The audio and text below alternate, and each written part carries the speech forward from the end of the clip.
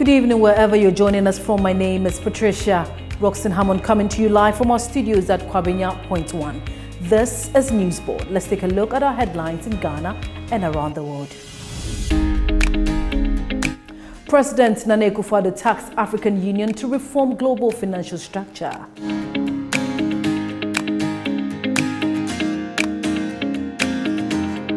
Two families receive 500,000 Ghana cedis compensation from government.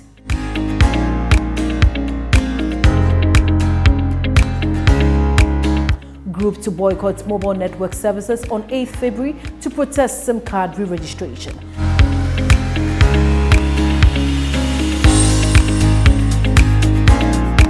And Australia has announced the reopening of its borders to vaccinated tourists. You can also watch us on Facebook, Instagram and YouTube at NewTVGH. And now to the details. President Nana Akufo-Addo has called on member states of the African Union to work collectively to reform the global financial architecture, build and strengthen the Union's financial institutions. He said a collective effort by the Union was key to transforming the size and state of the African economy, as it would greatly help in resources mobilization on the continent. President Akufo-Addo made the call yesterday at the 35th Ordinary Session of the Assembly of the AU in Addis Ababa, Ethiopia, scheduled for February 5th and 6th this year.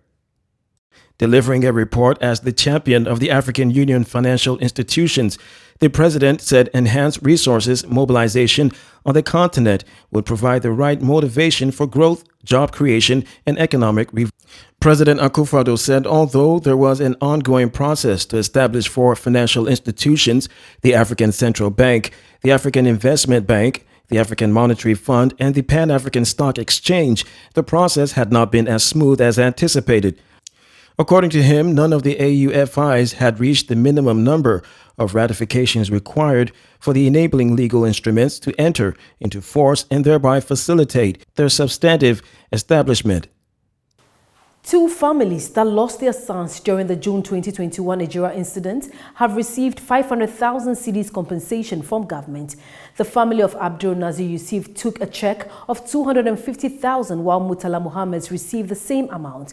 Deputy Interior Minister Nana Iya, Chief Director of the Ministry Adelaide Amukumi, and Coordinator of the Zongo Development Fund Ben Abdallah Banda were part of the delegations that met the families and presented the check. The ministerial committee that investigated the disturbance in Ejura recommended adequate compensation for the families of two people who died during the incident. These recommendations were part of the report of the committee's inquiry released on September 27, 2021. The committee recommends adequate compensation for the families of two deceased persons and three others that were injured. The families said they would be meeting at the Attorney General's office on Wednesday, February 9, 2022, to further discuss the committee's report. The Advertising Association of Ghana says it is ready to collaborate with the government in ensuring the removal of all unlawfully erected billboards erected in inappropriate locations which could be harmful to the public. According to the association, many parts of Accra continue to be flanked by the haphazard display of billboards, causing a nuisance to the public. Addressing the media, the executive director of the association cited the 37 Military Hospital intersection as an instance. In May last year, the AAG issued a 2-week ultimatum for all unauthorized billboards to be removed. The executive director stated that their actions are driven by public safety. In issuing a warning to the public through the media, he said, quote, "National interest and public safety are the key things that will direct our actions. I am aware that the RCC is trying to set up a centralized approval process with the Urban Roads, National Road Safety, Ghana Highways, and others to ensure that these things don't happen again. And if they do, this time around, we will take you to court." He went on to urge the media to use their platforms to educate the public on laws regarding outdoor advertisement so that people won't make excuses to breach them. A group by the name Concerned Mobile Network Subscribers say its members are going to boycott all mobile network activities from 6 a.m. to 12 midday on Tuesday, 8th February 2022. The group, made up of former members of parliament, members of civil society organization, media practitioners, as well as private legal practitioners, is protesting the challenges with the ongoing SIM card re-registration exercise. The concerned mobile network subscribers earlier impressed on the National Communications Authority to withdraw its directive, asking the public to re-register SIM cards, arguing that any, quote, attempt to impose this on subscribers or block their lines would amount to an infringement of their property rights. In a statement, the group said, quote, following the failure of the National Communications Authority and mobile network operators to address concerns associated with the legality and chaotic SIM re-registration exercise, we, the undersigned concerned mobile network subscribers and the over 7,000 online petitioners, call upon our fellow countrymen and women to join our campaign for a no-calls day boycott of the MNOs on Tuesday, 8th February 2022. They are appealing to Ghanaians and all mobile network users within Ghana not to make and or receive calls and all associated mobile network activities from 6 a.m. to 12 midday. And on to business, the ban on the importation of tilapia is still in force. The Minister of Fisheries and Aquaculture, Mrs. Hawa Kumsen, has said. She added that anybody caught importing tilapia illegally into the country would be dealt with according to the law. The smuggling of tilapia into the country, especially along the borders, has been a problem. The situation is prevalent around places including Elibo and Aflao, where tilapia is cheaper than what is produced in the country. Smuggled tilapia, which is mostly frozen, finally ends up on the market in Accra and other places. The situation has been a challenge to major tilapia producers such as Trapo Farms, which couldn't survive on the borders in attempts to open depots in those areas because of the smuggled products. Mrs. Kumsen commended Trapo Farms for the establishment of the facility, adding that it would not only provide fresh fish for the area, but also create job opportunities and facilitate economic growth. Vice President of the Republic of Ghana, Dr. Mahamadou Bawumia, has launched the e-travel card for financial transactions for all public officials in the country. The card will facilitate the cashless disbursement of travel allowance and other payments for local and foreign trips of public officials. The introduction of the card means that public officials will no more be provided with a physical cash when they are traveling for state duties. The e-travel card is designed to facilitate the cashless disbursement of travel allowance and other payments for local and foreign trips by government and all other public officials. The e-travel card system automates and integrates all the processes from the point of initiation of card issuance requests, funding requests from MDAs and entities, through approvals, disbursements, and disbursements to cards. It further provides expenditure tracking and retirement of accountable interest. The e-travel card portal is to replace all manual systems of managing interest in the public service by delivering personalized cards to every government office and employee. This will deliver several attendant benefits, including the elimination of the risk with cash transactions for official travels and cash disbursement, provide transparency and ease of accountability, ensure timely retirement of accountable interest, strengthen monitoring and controls of budgetary allocations for official travels to avoid overspending, and eliminate the misapplication of funds over expenditures and fraud associated with interest. Increasingly, many jurisdictions around the world are also going cashless. It is the case, for example, that by the end of next year in Sweden, no cash will be accepted. President Nana Akufo-Addo has urged African leaders to guard against the continuing consequential power of rating agencies on African economies. Speaking at the African Union meeting in Ethiopia on Sunday, 6th February, he observed that credit ratings by these rating agencies have affected the cost of borrowing and access to the international capital markets. His comment comes at a time rating agency Fitch and Moody's have both downgraded Ghana's capacity to borrow, a situation affecting Ghana's finances. On Friday, February 4th, Moody's Investor Service downgraded Ghana's long-term issuer and senior unsecured debt ratings to CAA1 from B3 and changed the outlook to negative. We need to guard against the continuing consequential stranglehold of the rating agencies, which has affected the cost and access to capital markets for African countries and has, during this COVID period, resulted in the downgrading of many African countries, exacerbating even more their funding challenges.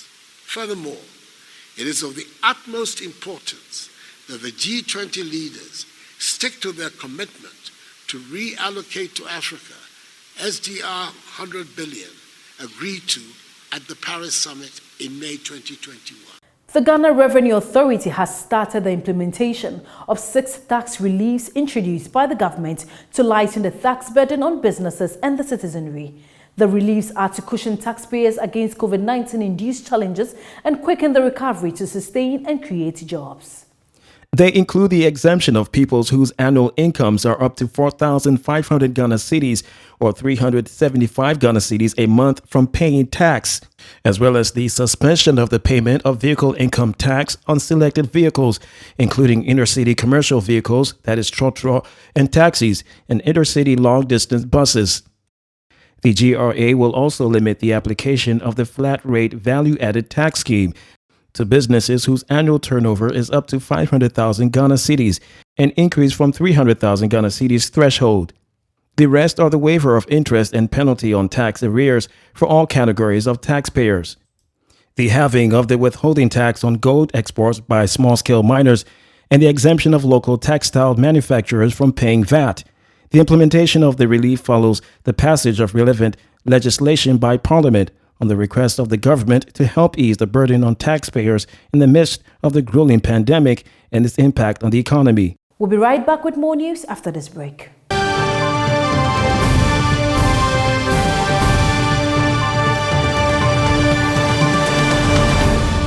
Welcome back, and on to some international news. Germany's defense minister has suggested it is unlikely that the country will be able to maintain its troops in Mali as tension grows between the military rulers there and international partners.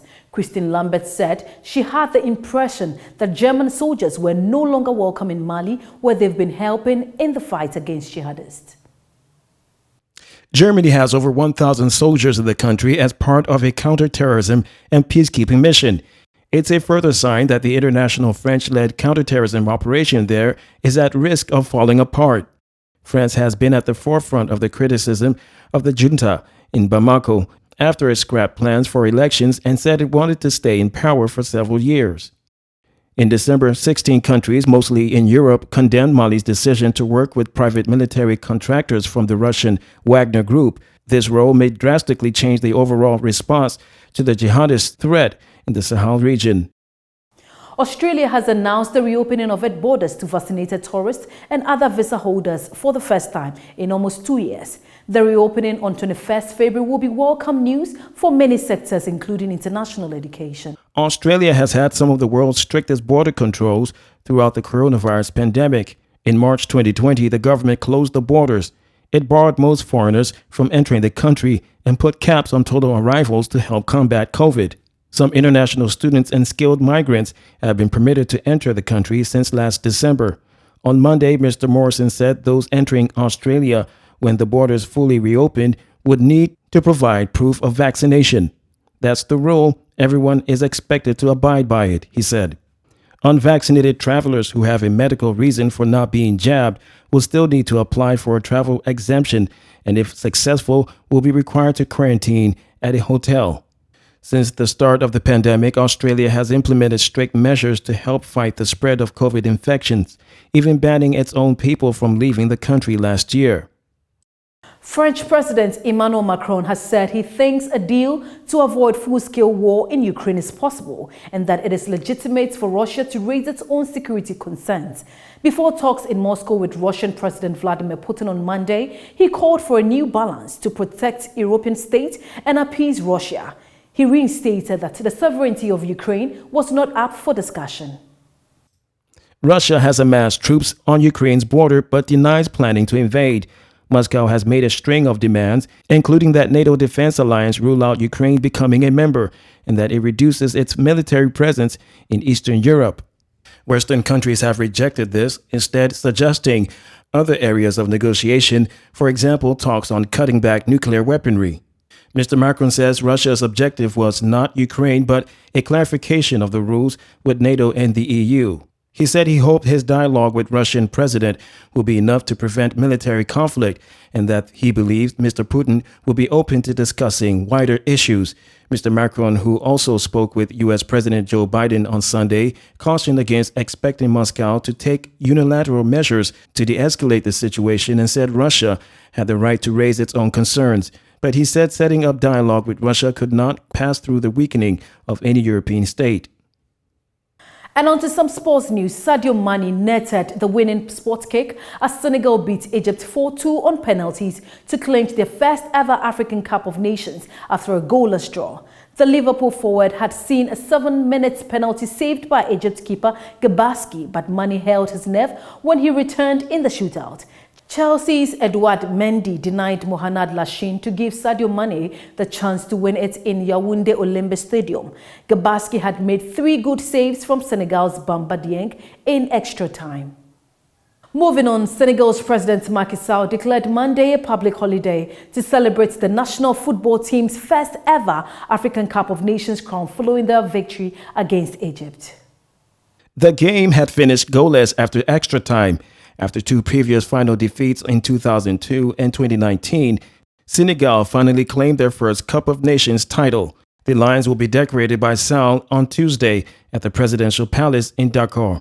Moving on to some entertainment news, top Ghanaian musicians including Kwame Eugene, Kiddy, Jackie, Darko Vibes, Ayoko, Optional King, and Kwabena will partake in a series of activities to mark Ghana's Independence Day celebration in the United Kingdom. The activities lined up by Akwaba UK, a Ghanaian events management company based in London, are geared towards celebrating Ghana's 65th independence anniversary in the diaspora in March 2022. The celebrations kickstart on Saturday, March 5th, 2022, with a welcome party at the Revolution Bar in London, where the Ghanaian community would converge to enjoy some amazing Ghanaian local dishes. Lynx Entertainment, in collaboration with Akwaba UK, would hold a musical concert at the famous O2 Arena in London, where 2 of Ghana's finest artists, Kiddy and Kwame Eugene, are expected to thrill audiences with a memorable musical performance. The next show will be at the Oval Space, London, in Bethnal Green on March 11, 2022, where there will be exhibition of Ghanaian culture with the aim of building strong acquaintance with people from other countries. And finally, celebrated award-winning gospel artist Dinah Hamilton will be storming the US on August to perform at the main event of this year's edition of the Ghana Music Awards USA at the Lincoln Theatre. The event, according to the organizers, will bring together the best of local and international artists on one platform to celebrate Ghanaian music with the music industry stakeholders as well as music fans. It is expected to be attended by a large number of music stakeholders, music fans, artist managers, journalists, among others. Dinah Hamilton will share the stage with some selected acts.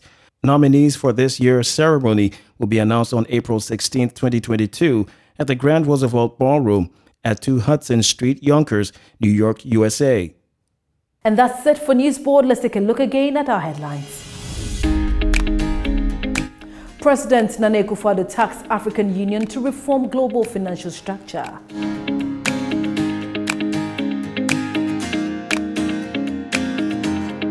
Two families receive 500,000 Ghana cedis compensation from government.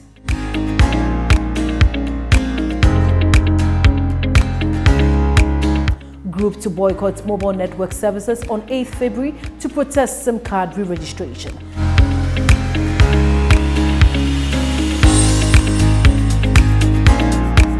And Australia has announced the reopening of its borders to vaccinated tourists.